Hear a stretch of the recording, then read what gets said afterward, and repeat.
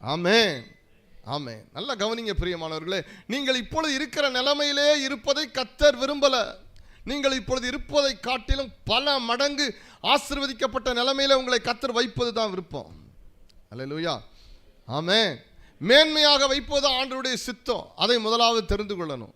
அப்படி ஆண்டவரிடத்தில் மேன்மையா நம்ம இருக்கணும்னா நாம் சில கண்டிஷன்ஸ், சில நிபந்தனைகளை தாண்டணும். நிபந்தனைகளுக்குள்ளே போகணும்.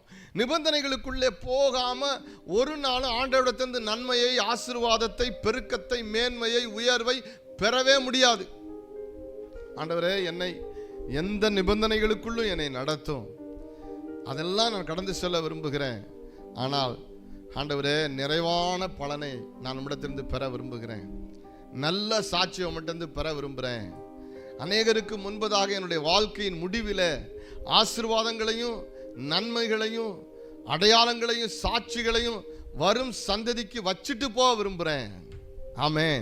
என்னை பின்பற்றுகிற சந்ததி, என்னை பின்பற்றுகிற என்னுடைய மகனும் மகளும் பேர பிள்ளைகளும் என் சந்ததிகளும் இப்படி ஒருத்தன் இப்படி ஒருத்தி வாழ்ந்தா, அதனால நான் இன்னைக்கு ஆசீர்வாதமா இருக்கிறேன்னு சொல்லணும். அல்லேலூயா.